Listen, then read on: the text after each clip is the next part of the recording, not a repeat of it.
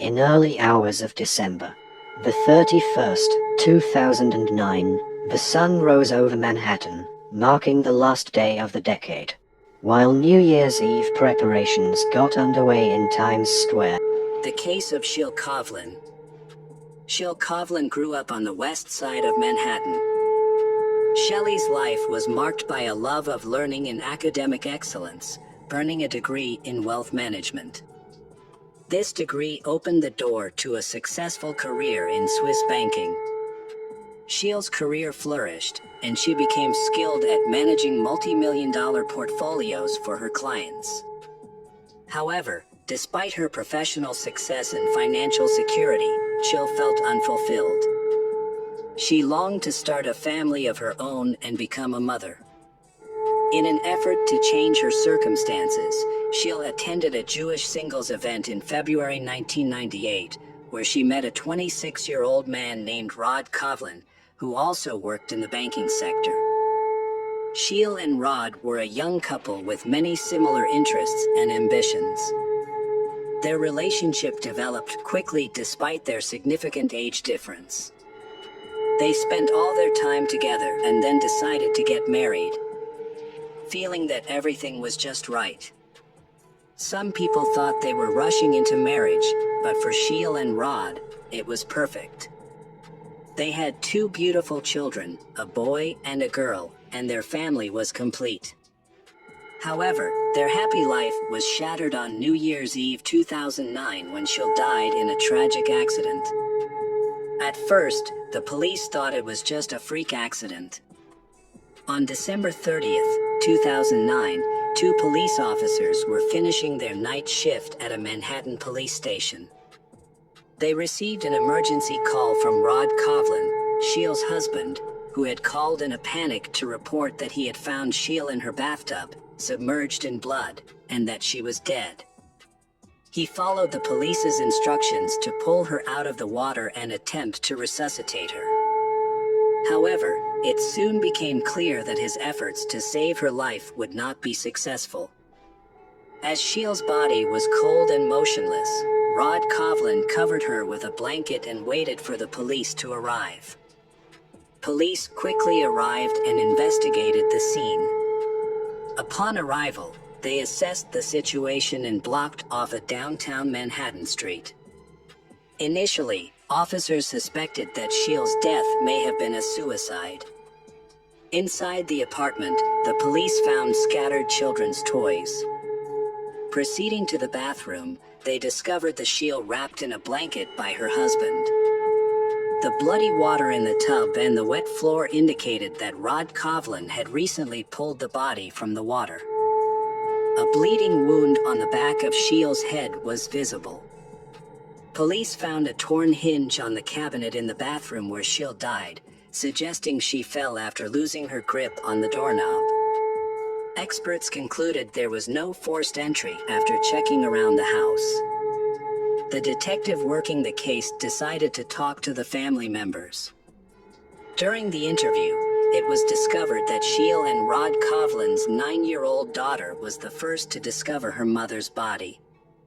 Traumatized and shocked by what she saw, she told the police what had happened. It turned out that the night before, she and her younger brother had slept in their mother's bed. Waking up in the middle of the night and realizing that her mother was not there, she went looking for her and stumbled upon the horrifying scene in the bathroom. She quickly called her father, Rod Kovlin, who had recently separated from his mother and was downstairs. He rushed into the bathroom, pulled his wife's body out of the water, and called emergency services. Her account of the events matched Rod Kovlin's, supporting the theory that her death was an accident. The police informed Sheil's family of the tragic event, leaving everyone in shock. An autopsy and forensic examination were scheduled for the following day. When the medical examiner contacted investigators to begin the examination, he was surprised to learn that this procedure would not take place, despite being necessary. This left the examiner confused. It was later discovered that a rabbi from Sheil's synagogue had intervened. The rabbi contacted an organization responsible for burying Orthodox Jews, who then asked the police for permission to enter the scene in accordance with the family's religious rites. The police granted permission and a team of rabbis arrived at the scene. They cleaned up the blood in the bathtub and prepared Shiel's body for burial in accordance with the family's beliefs. Unfortunately, this process destroyed all evidence and clues before they could be examined by the police forensic department. Orthodox Jewish tradition considers autopsies unacceptable because they involve defiling the body of the deceased. The rabbi quickly stepped in to support Shiel's grieving family, who were grateful for the rabbi's help. As a result, the family agreed to forego an autopsy and organize funeral arrangements. Shiel was buried within 24 hours, with hundreds of people attending to pay their respects. Shiel's parents questioned the cause of Shiel's death. Police told them that potential evidence had been destroyed during the cleanup. They thought that a fall in the bathtub would certainly have caused the accident. But the possibility of death from such an accident seemed unlikely. The family hired a private investigator to investigate the circumstances of her death and determine whether it was indeed an accident.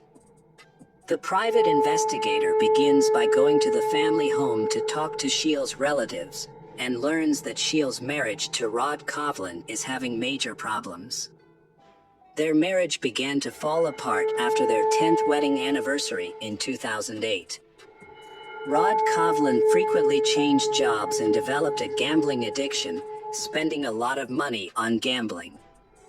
Shiel felt neglected because Rod Coughlin spent a lot of time playing video games. Shiel was also frustrated by the amount of money Rod Coughlin's family spent on his frequent trips, and he was unfaithful to her. Shiel, after discovering his email cheating, she decided to end their marriage and began the process of getting a religious divorce. However, the formal divorce process will take some time to complete. Although they are separated and experiencing strain in their relationship, they has tried to maintain their relationship for the sake of their children. Despite this effort, conflicts and disagreements between Shiel and Rod Coughlin continued to arise.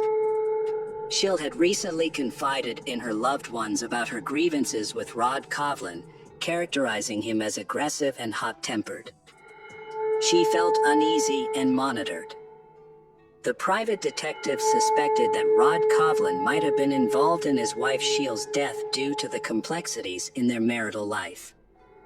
To investigate further, the detective aimed to determine if a crime had occurred at the scene where Shiel's body was found.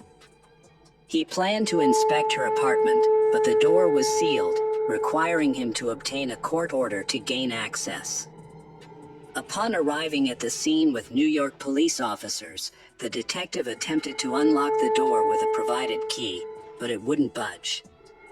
Just then, Rod Coughlin appeared from his apartment, claiming he had heard a noise and came to investigate. When questioned by the police and the detective, Rod Coughlin took the key and easily opened the door. This raised suspicions.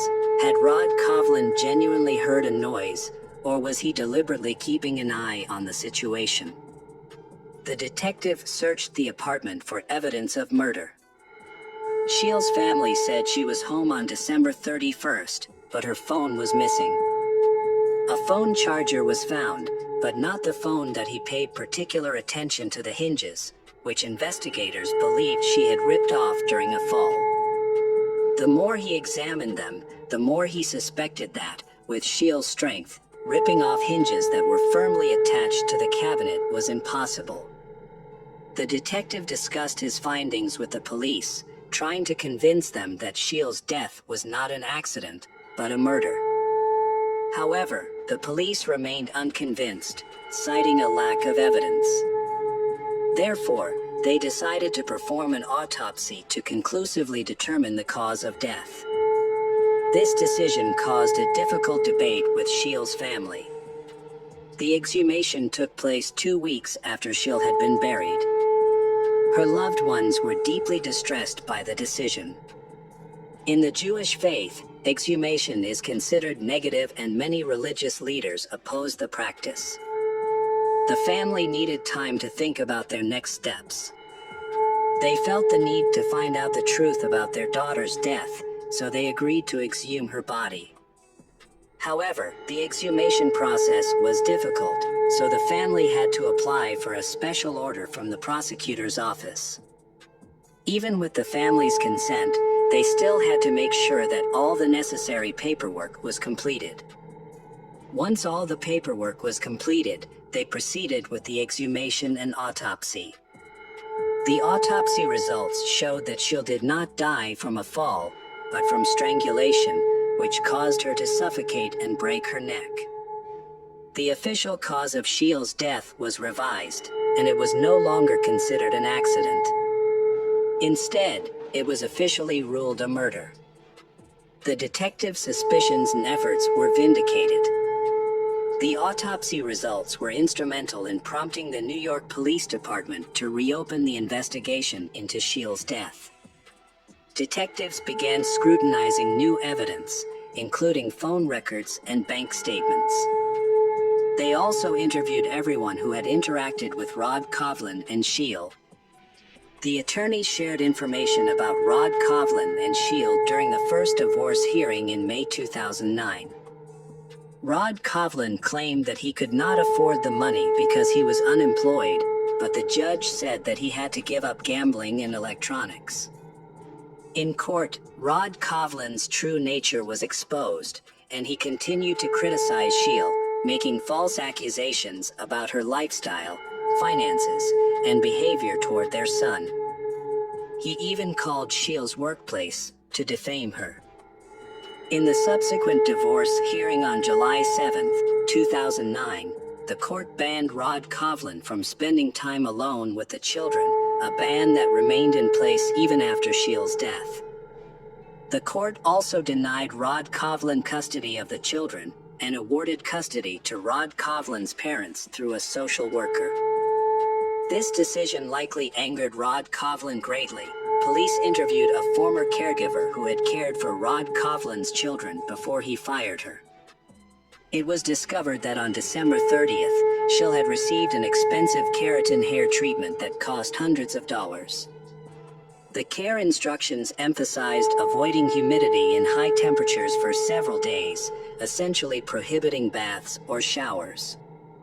Sheil's autopsy revealed no signs of bathing on the day of her death, leading investigators to speculate that she may not have taken a bath. Detectives reviewed surveillance footage from the building, which showed Rod Coughlin leaving his apartment at 4 a.m. on the day of the murder, dressed to go out. He returned a short time later.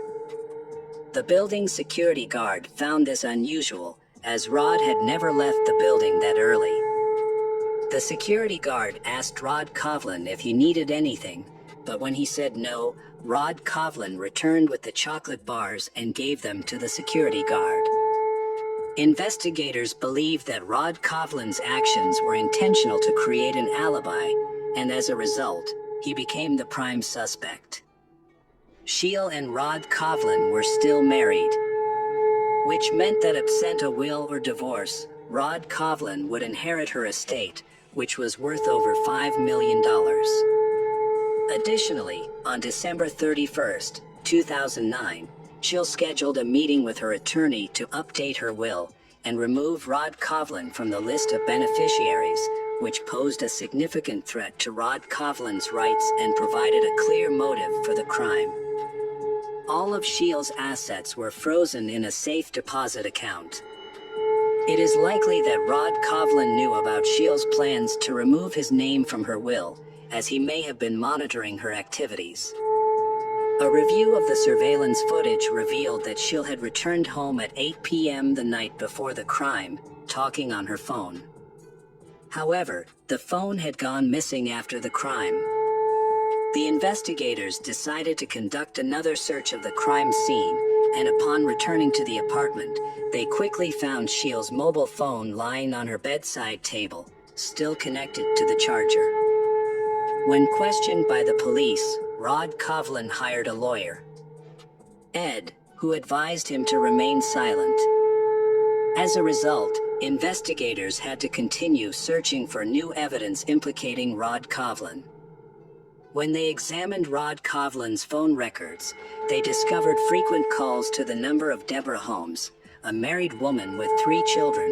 5 months before Shields' murder, Rod Coughlin and Deborah met at a sick bow tournament and began a passionate affair. They often met at sick bow tournaments or played together online.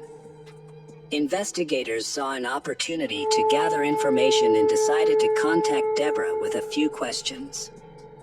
However, to their surprise, Deborah responded that her attorney had asked her not to cooperate. Faced with Deborah's refusal to speak, the police asked for the name of her attorney. The response revealed that Deborah and Rod Coughlin were the same attorney.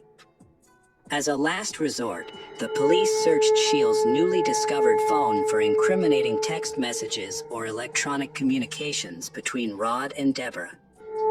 All data had been completely erased by a professional. Even skilled programmers were unable to recover the deleted messages.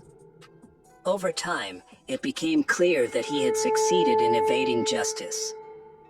While his crimes may have been well executed, the rabbi's meticulous cleaning of the bathroom was a major factor in hampering the investigation. By removing all traces of blood and other evidence, they destroyed DNA, making it increasingly difficult for investigators to collect evidence. The case stalled because Rod Coughlin confessed to the crime, and a lack of evidence prevented the case from going to trial. 5 years have passed since the investigation into Shields' death began, but no arrests have been made.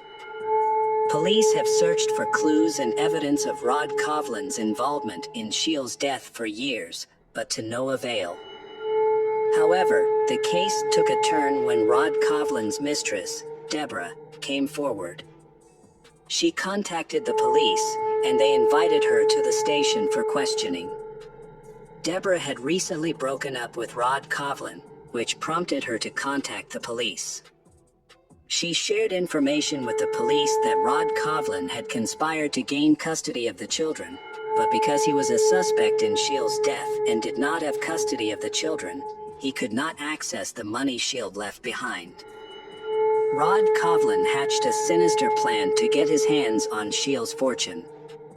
Rod Coughlin planned to manipulate his 15-year-old daughter into falsely accusing her grandfather, Rod Coughlin's father, of assaulting her.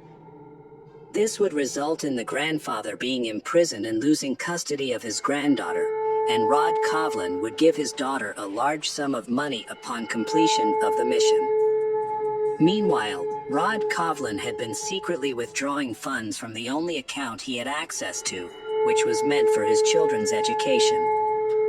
His parents discovered that he was misusing the money and were extremely unhappy with his lack of concern for his children's well-being. This led to a heated dispute between Rod Coughlin and his parents. Rod Coughlin's anger towards his parents escalated to the point where he considered harming them. In 2012, he confided in his lover, Deborah, about his plan to have his daughter poison his parents' tea with rat poison. He believed that since his daughter was a minor, she would receive a lighter sentence if caught. Following this, Rod Coughlin came up with several other schemes. He considered burning down his parents' house and trapping them inside by jamming the doors. Rod Coughlin also thought about arranging a fake marriage for his daughter to a Mexican man, which would have forced her to give up part of her inheritance to him. The police were shocked by the details of Rod Coughlin's plans. Deborah secretly collected evidence, storing a large amount of data on hard drives. Deborah realized she was dealing with a psychopath, and she waited until after she broke up with Rod Coughlin to share the evidence with the police. The recordings she collected of Rod Coughlin's conversations with various people. The police now had to listen carefully to these recordings to find conclusive evidence. Deborah's contribution to the investigation was crucial. As the investigators analyzed the recordings, they made a surprising discovery. In a conversation with a friend he met through backgammon, Rod Coughlin casually mentioned that he had keys to Shields' apartment and could enter it at any time. Investigators found that Rod Coughlin was plotting against his own daughter, planning to pin the responsibility for the Shields' demise on her. Thanks to all the information gathered, the police finally had compelling evidence to charge Rod Coughlin with the demise of his wife. On November 1st, 2015, Rod Coughlin was arrested. Shields' family awaited the trial of their daughter's perpetrator, but victory was not assured. Rod Coughlin, while incarcerated, shared intimate details of his wife's murder with a fellow inmate. He even reenacted the strangulation, which matched the autopsy results. During the 7-week trial, the jury heard testimony about the heinous crimes he planned to commit, including murdering his wife, targeting his parents, and framing his own children. The jury was horrified by his cold-blooded nature. In March 2019, the court convicted Rod Coughlin of murdering his wife, Shields. Although there was no direct eyewitness, the overwhelming evidence led to a life imprisonment sentence. With the possibility of parole after 25 years, Rod Coughlin will no longer pose a threat to his family or the people of New York.